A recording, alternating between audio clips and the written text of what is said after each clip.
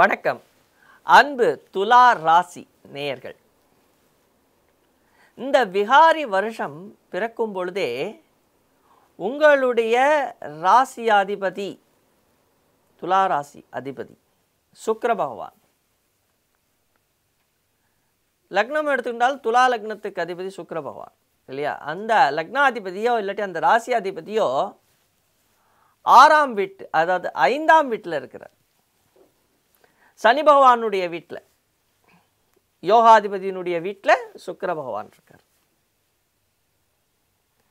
அப்போ இந்த 2ஆம் வீட்டில் குரு பகவான் நவம்பர் மாதம் வரை இருக்கிறார். அதற்கு பிறகு 3ஆம் வீட்டுக்கு, அவருடைய சொந்த வீட்டுக்கு செல்கிறார். 3ஆம் வீட்டில் கேது பகவான், ஜனவரி மாதம் வரை சனி பகவான், 9ஆம் இடத்தில் ராகு பகவான், 12ற்குரிய புத பகவான் 6ஆம் வீட்டில், சூரிய பகவான் 7, இது சொல்லவே வேணாம், மேஷம், 7ஆம் அதிபதி 8ஆம் வீட்டில். ஸோ இந்த மாதிரி நேரத்தில் இந்த புது வருடம் விகாரி வருஷம் பிறக்குது. அப்போ துலா ராசிக்காரர்கள் எப்படி இருப்பாங்க? திருமணம் ஆகாதவர்களுக்கு திருமணம் நடக்கும், கவலைப்படாதீங்க. புது வீடு, வாகனம், யோகம் உண்டு. வீட்டில் சண்டை சச்சரவுகள் நீங்கும், மனக்குழப்பங்கள் நீங்கும். இளைய சகோதர சகோதரிகள் மருத்துவ விஷயம், ஆரோக்கிய விஷயங்கள் சரியாகும். அப்படி அந்த சரியாகும் பொழுது குரு பகவான் 2ஆம் வீட்டிலிருந்து 3ஆம் வீட்டுக்கு போயிடுறார். புது ட்ரெஸ்ஸு, சார் ட்ரெஸ்ஸு தான் நாங்கள் எப்பயும் வாங்குறேன்னு சொல்கிறீங்களா? நல்ல காஸ்ட்லி ட்ரெஸ்ஸு, நகை ஆபரணங்கள், வெள்ளி பாத்திரங்கள், புது வாகனம், இதெல்லாம் வாங்குவீங்க. கணவன் மனைவிக்கிடையே ஒற்றுமை நல்லா இருக்கும். இருந்தாலும் செவ்வாய் பகவான் 2ஆம் வீட்டை பார்க்கிறார். நம்மளுக்கு அதாவது நம்ம சாஃப்டான இந்த இந்த துலா ராசிக்காரர்கள் சாஃப்டாக தான் இருப்பாங்க. ஆனால் என்னென்னா இந்த வெடுக்கு வெடுக்குன்னு பேசுறது, அதில் தான் பிரச்சனையே ஸ்டார்டிங். ஏன்னா சுக்கிர பகவான் 1க்கு மட்டும் இல்லை, 8ஆம் வீட்டிற்கும் அவர்தான் அதிபதி.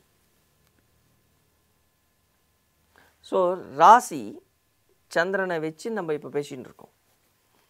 அப்போது அவர் நல்ல இடத்துல 5ஆம் வீட்டில் நல்ல சௌக்கியமாக இருக்கிறார். அப்போது சௌக்கியமாக இருப்பீங்க.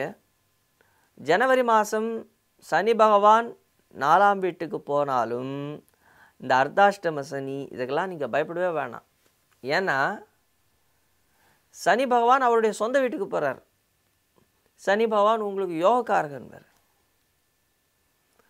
அதனால் அந்த சிரமங்கள் இல்லாமல் மனக்குழப்பங்கள் நீங்கும்.